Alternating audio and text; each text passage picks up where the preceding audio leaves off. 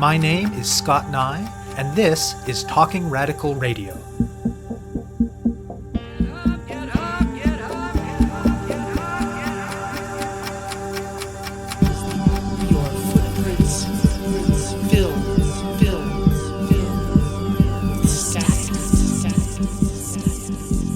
Hello and welcome to Talking Radical Radio, where we bring you grassroots voices from across Canada.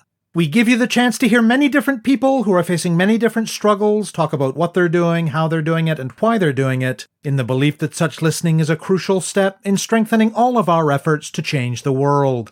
On this week's show, I'll be speaking with Mayson Fulk. An important step in the journey of many, though not all, transgender people is transition. Exactly what that entails varies a great deal from one person to the next, but it can include a whole range of measures designed to allow the person in question to manifest the gender that they are rather than the gender they've been told they have to be. It might involve an internal or emotional process of coming to terms with their experience. It can include gender-affirming medical interventions, but as with all of these, doesn't for everyone. And it can include various elements of social transition, things like a new name, adopting pronouns that fit better, changes in dress and personal aesthetic, and coming out to friends and family. It's no secret that trans people can face significant stigma, hostility, discrimination, and even violence. In a major study of trans people in Ontario, 20% were found to have been physically or sexually assaulted for being trans, and an additional 34% had been verbally threatened or harassed. Fully 83% of trans people who had transitioned reported having avoided certain public spaces or situations out of fear of harassment or other anti-trans hostility. Not surprisingly, the study also found that these experiences of violence and discrimination had significant mental health impacts on trans people. There is also evidence, however, that acceptance and support make a big difference. Trans youth with very supportive parents were much more likely to report significantly better mental health and well-being in a variety of categories than trans youth with parents who were somewhat or not at all supportive. An important context in which hostility and discrimination can have a significant material impact on trans people is the workplace. Though trans people have human rights protections in this country, the study cited above found that 13% had been fired and 18% had been turned down for a job for being trans, with an additional 15% and 32% respectively suspecting that these things had happened because they were trans. And as today's interview participant notes, there can be a whole other level of negative treatment in everyday workplace interactions that statistics like this just can't capture, but that have a significant impact on trans people's well-being. Today's guest is in a rare position to be able to support trans people in workplace contexts. Mayson Fulk works in manufacturing in London, Ontario. He is a member of the United Steelworkers of America and has a history of involvement in a number of LGBTQ+ community organizations. A number of years ago, Faulk decided to take a fateful step, to transition in his workplace. He started out by looking for information. He figured the union would have something related to the process, but they didn't. So he dug up as much information as he could on his own and went to his union rep. They sat down, had a talk. The rep didn't know a whole lot about trans issues, but thankfully was supportive and open, and Fulk ended up doing some ad hoc Trans 101 education with him.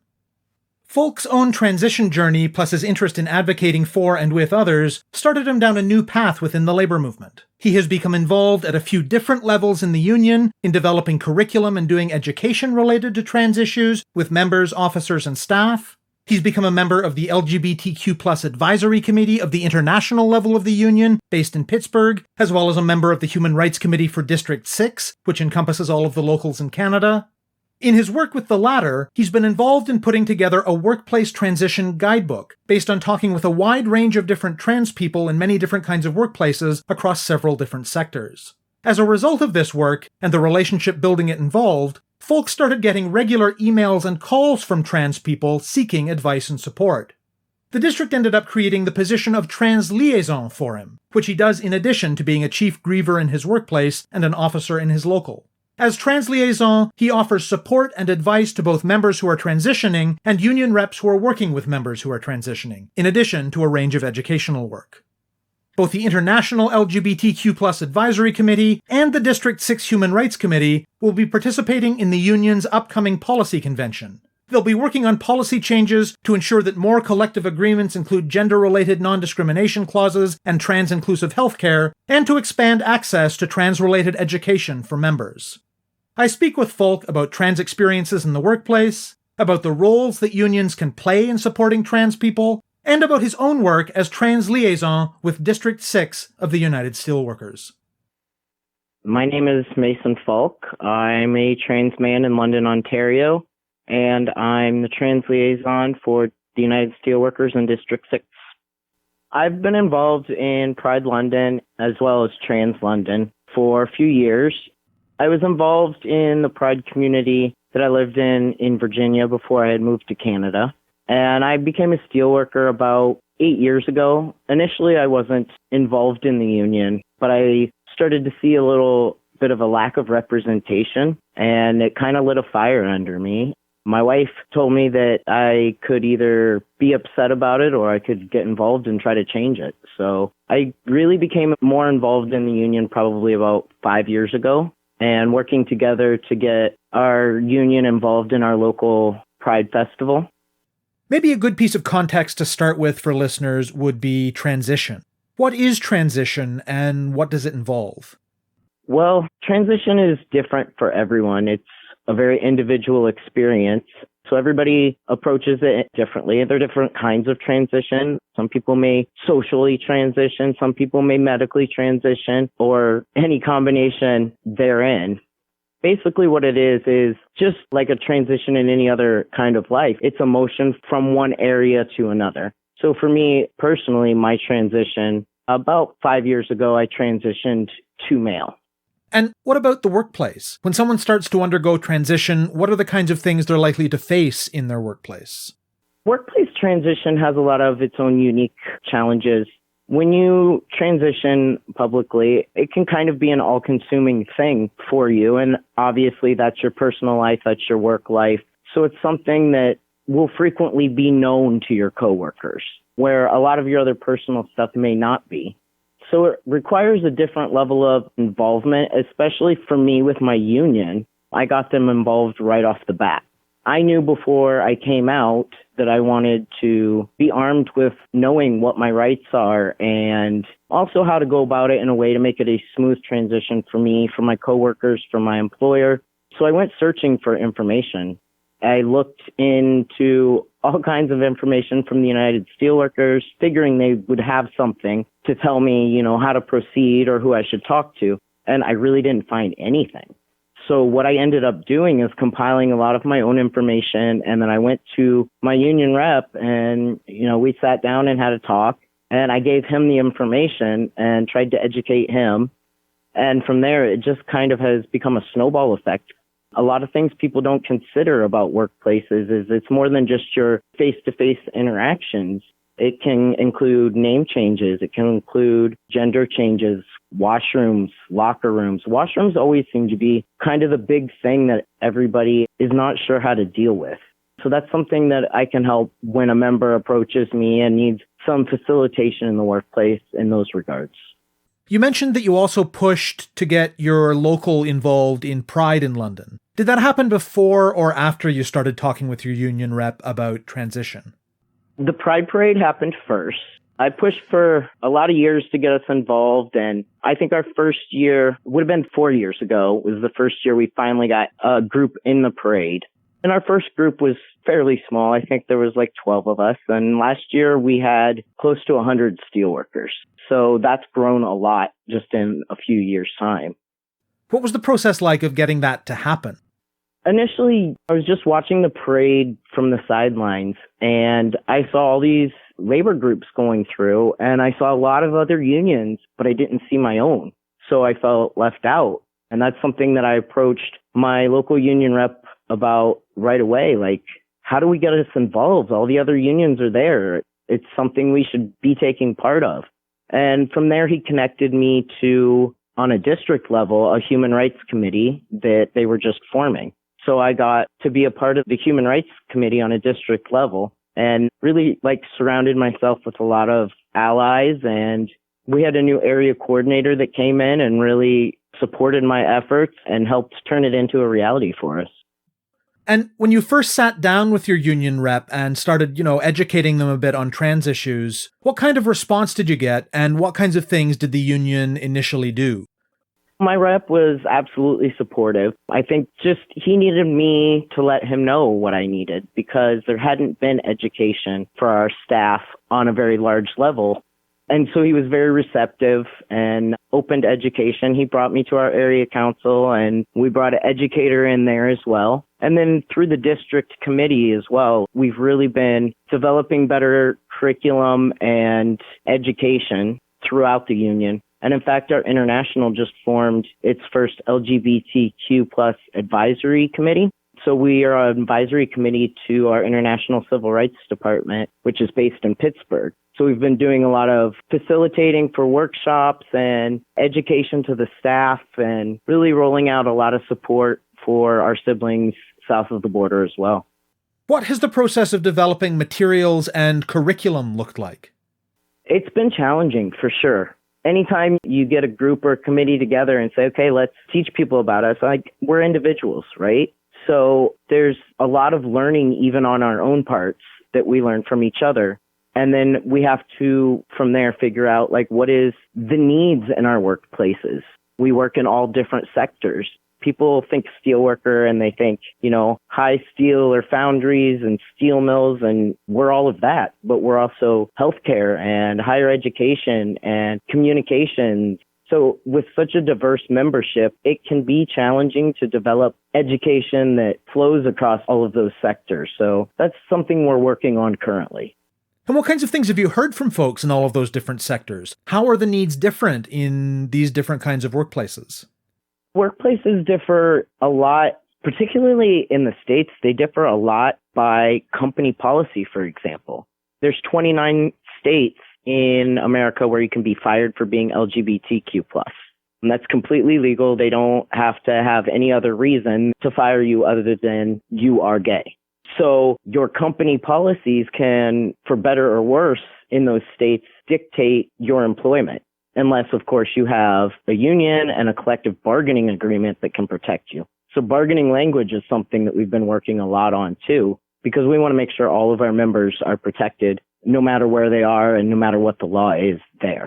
What about in the Canadian context? What workplace protections exist here in law for trans people, and what additional protections do you really need a union to have? We are fairly fortunate here. We've got a pretty good human rights code, and we have employment and housing protections federally now. So you can't be terminated from your job or denied housing or medical treatment for being LGBTQ. Now, that doesn't mean that our workplaces are free from harassment or that those things don't still happen from time to time. And one of the benefits of having a union is having a support system that will stand behind you and help you fight when those things do happen. There's also a lot of discrimination that happens in workplaces that doesn't necessarily get documented or noticed, whatever the sector may be, by the higher ups or the bosses, right? So your union rep can kind of help deal with those things within the membership as well. What would a typical workshop or training on trans issues that you do in the union context include? What we usually do is we have hour-and-a-half workshops. We break it down into an LGBTQ 101. That often includes a basic education of, what those letters mean, what these identities mean, because a lot of people don't necessarily even know that aspect of it, let alone what the challenges might be down the road. So we try to educate our members and our staff on how to be inclusive, how to be an ally, and how to have somebody in particular who's transitioning to have dignity and autonomy throughout that process. Given the short amount of time that you have to deliver all of this, what do you feel like you're able to convey when it comes to being a good ally? When you're talking about allyship, a lot of people don't really understand how important allyship is. Because when it's our allies who are speaking up and standing up for us, that amplifies our own voices. And I think when people find out some of the challenges that we face in the workplaces that they just haven't been aware of, just that knowledge helps create allies. In the course of doing these trainings, have you run into instances of overt anti-trans hostility? I have had a couple instances in my workplace of some harassment, but by and large, I've been fairly fortunate with the people that I've dealt with. I know that's not always the case, and I think a lot of that is owed to simply the amount of privilege that I've had in my transition. I mean, I had full-time union employment before my transition that I was able to continue with. I have a supportive spouse. I have passability. These are a lot of things that other people within my community don't have, which presents more challenges for them than what I've faced on my own. How did the role of trans liaison come about? So along with the District 6 Human Rights Committee, one of the things that we developed for education was a workplace transition guidebook. We talked to a lot of different trans people. Some of them were unionized, some were not, across several different sectors, just to see what their experiences had been, positive and negative, and what they wish had been done differently. And we put together a book with some basic education and some guidelines, the rules and responsibilities of the union to support their members, the rules and responsibilities of the employer, their duty to accommodate, things like that. So we've compiled it all into one guidebook that can be accessible across Canada for all of our members so that they all have the same cohesive information. Throughout the development of this, I was connecting with a lot of different union members in my own union and in other unions that were trans, and we're looking out for some support, whether it was just somebody to talk to or some advice or somebody to let them know what their rights were. I was getting emails and calls, and so in sharing this with my committee, they decided that, well, we should set up an email address for you and make you this contact person and get your information out there, because if so many people are contacting you with, they're having to search for you and contact you, if we make it accessible, and I wish I had had somebody to talk to and somebody that was accessible like that for me, so I jumped at the chance to be able to support others. What kinds of things do you do as trans liaison? It really varies. What mostly it entails is support and advice. So anybody can send me an email and say, I'm transitioning in the workplace. Can I get some information on this? And can I talk to you about this? I also get calls and emails from union reps that say, I have a member that's transitioning. I'm not sure how to go forward in the best way. Can you help me out with that? I also, with that role, do a lot of facilitating in the States as well at union conferences and such. What is the state of this work in the labor movement beyond the steelworkers? Do other unions, for example, have a trans liaison role? I know that there are several other labor organizations that have like LGBTQ committees and human rights committees that are doing that kind of work. I know that the CLC and the OFL are doing that kind of work as well. I couldn't say for sure, but I'm not certain that there is another trans liaison, though. Give listeners a bit of a sense of what human rights committees do in the labor context. Human rights committees are one of the most important committees within our organization because the context of our world has changed so much, and equal representation is important. As the demographics of our membership and of our country changes, it's important for people to see themselves reflected. And our human rights committees help advance that. We help members feel welcome. We're doing a Black History Month event in Mississauga actually tomorrow night through our district human rights committee.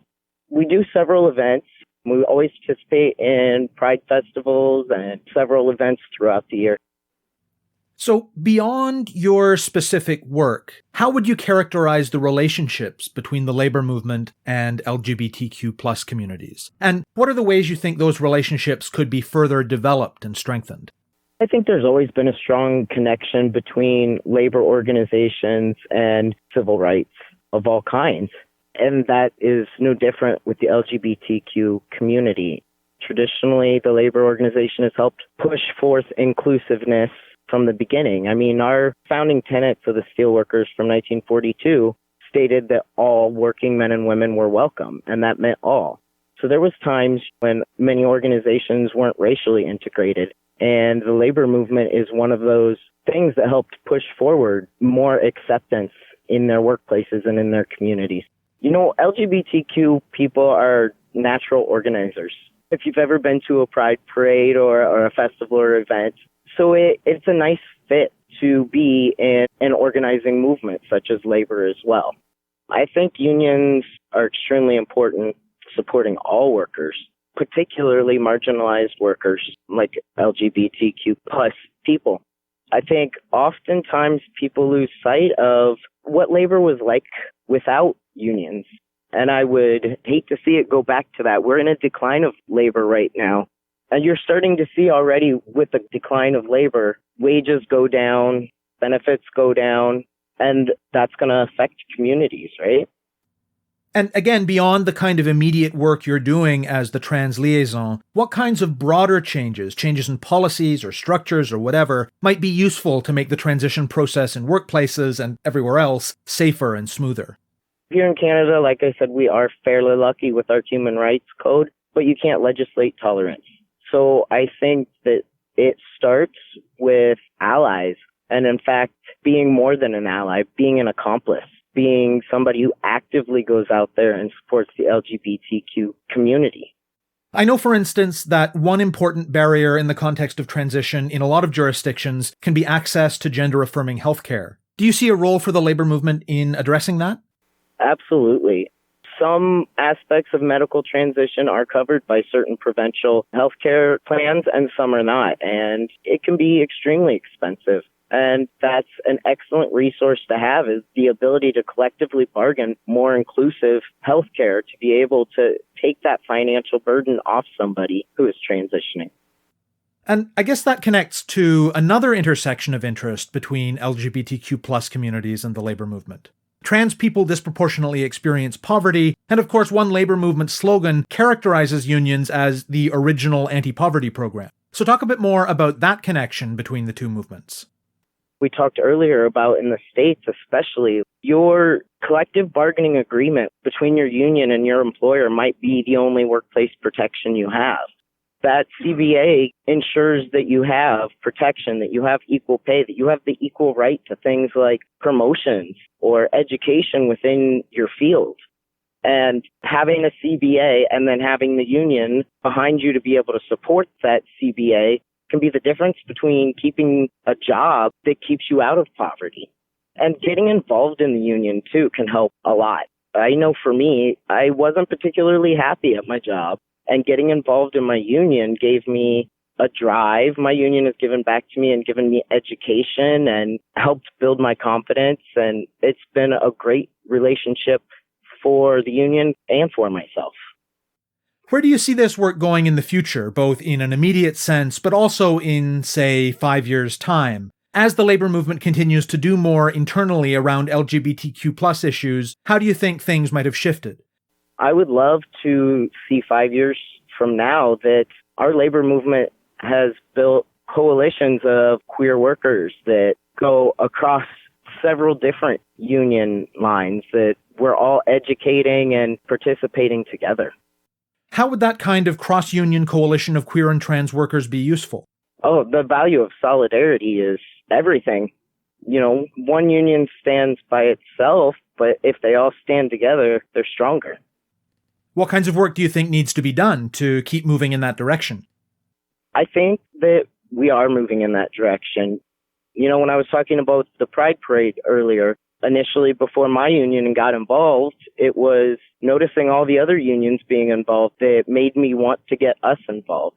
So I think that's already something that's moving in the right direction and that's building. And I think it's good. And unions really are valuing the importance of human rights and the importance of equity. And in more concrete and immediate terms, what do you see this work involving over the next while?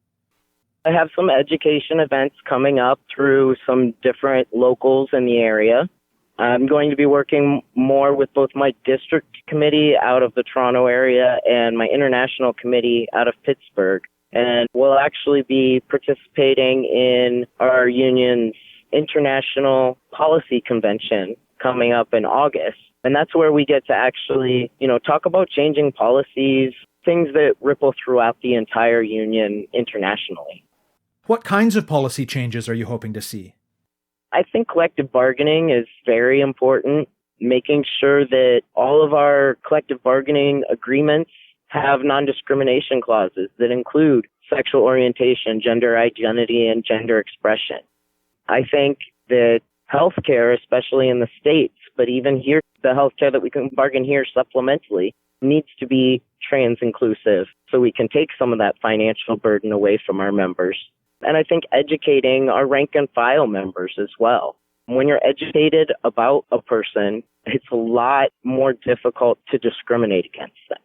So just getting that education out there that, hey, we're all siblings and we're all doing this together, I think that makes a big difference. So those kind of things, if we can see policies change to make those happen internationally throughout Canada and throughout the States, I think it will better us as an organization.